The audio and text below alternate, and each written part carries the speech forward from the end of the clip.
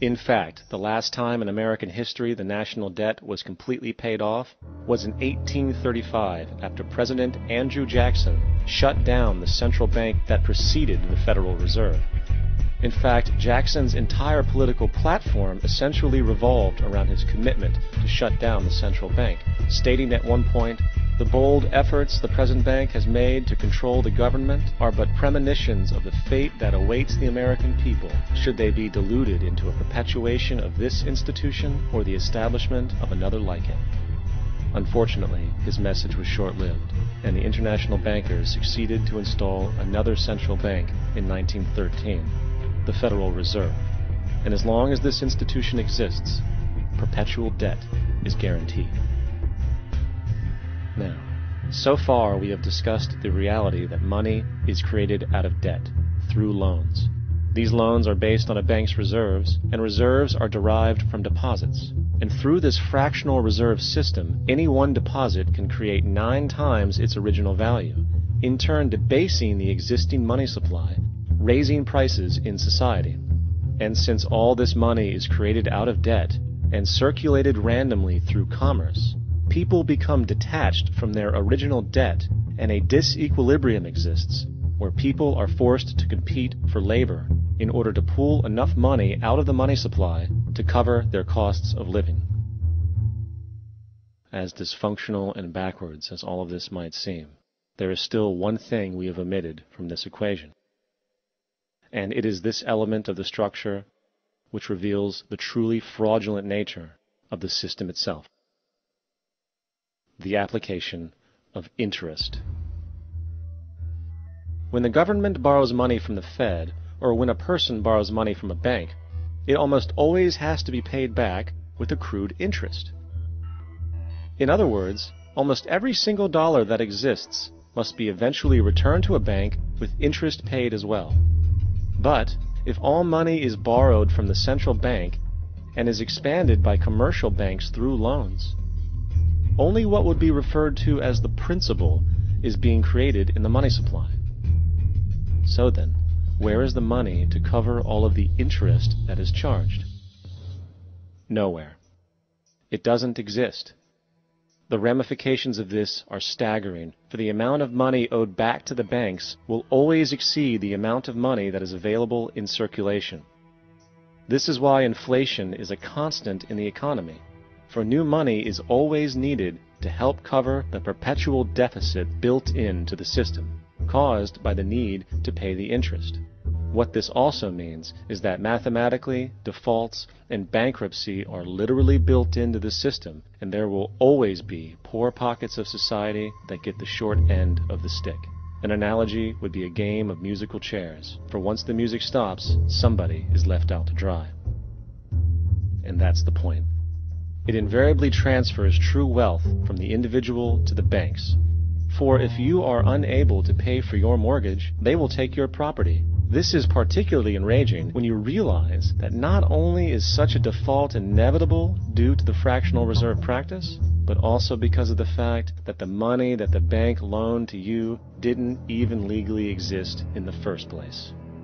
In 1969, there was a Minnesota court case involving a man named Jerome Daly, who was challenging the foreclosure of his home by the bank which provided the loan to purchase it. His argument was that the mortgage contract required both parties, being he and the bank, each put up a legitimate form of property for the exchange. In legal language, this is called consideration.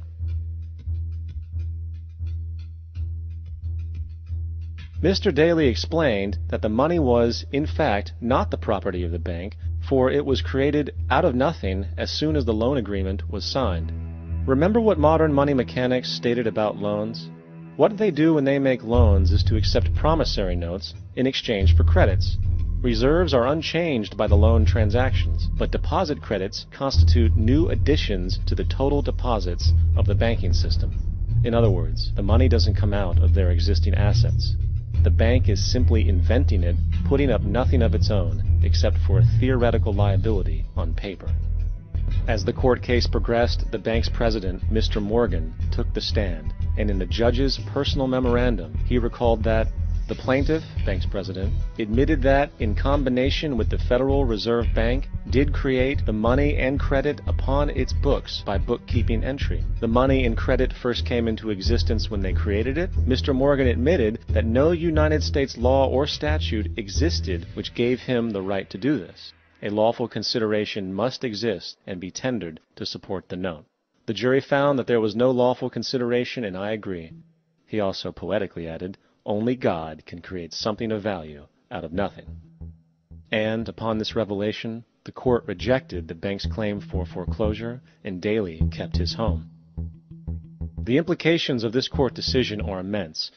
For every time you borrow money from a bank, whether it is a mortgage loan or a credit card charge, the money given to you is not only counterfeit, it is an illegitimate form of consideration, and hence voids the contract to repay, for the bank never had the money as property to begin with. Unfortunately, such legal realizations are suppressed and ignored, and the game of perpetual wealth transfer and perpetual debt continues. And this brings us to the ultimate question: why? During the American Civil War, President Lincoln bypassed the high-interest loans offered by the European banks and decided to do what the Founding Fathers advocated, which was to create an independent and inherently debt-free currency. It was called the greenback. Shortly after this measure was taken, an internal document circulated between private British and American banking interests stated, "Slavery is but the owning of labor, and carries with it the care of laborers, while the European plan is that capital shall control labor by controlling wages.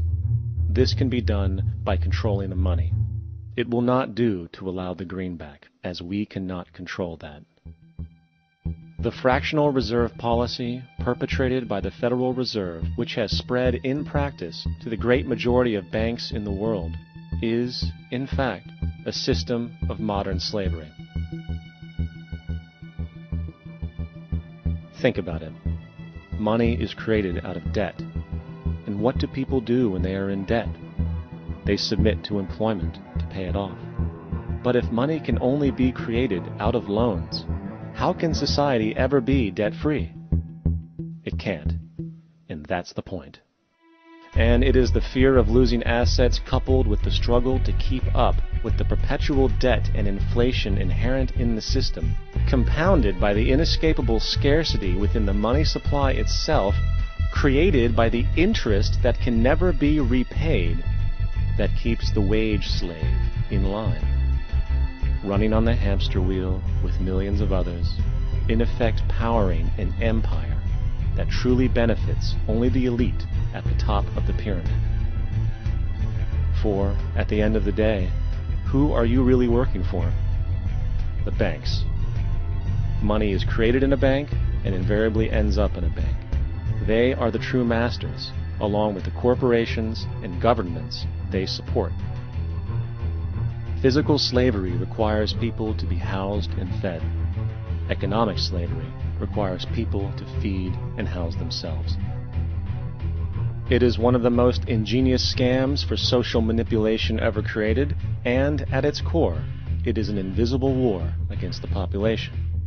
Debt is the weapon used to conquer and enslave societies, and interest is its prime ammunition.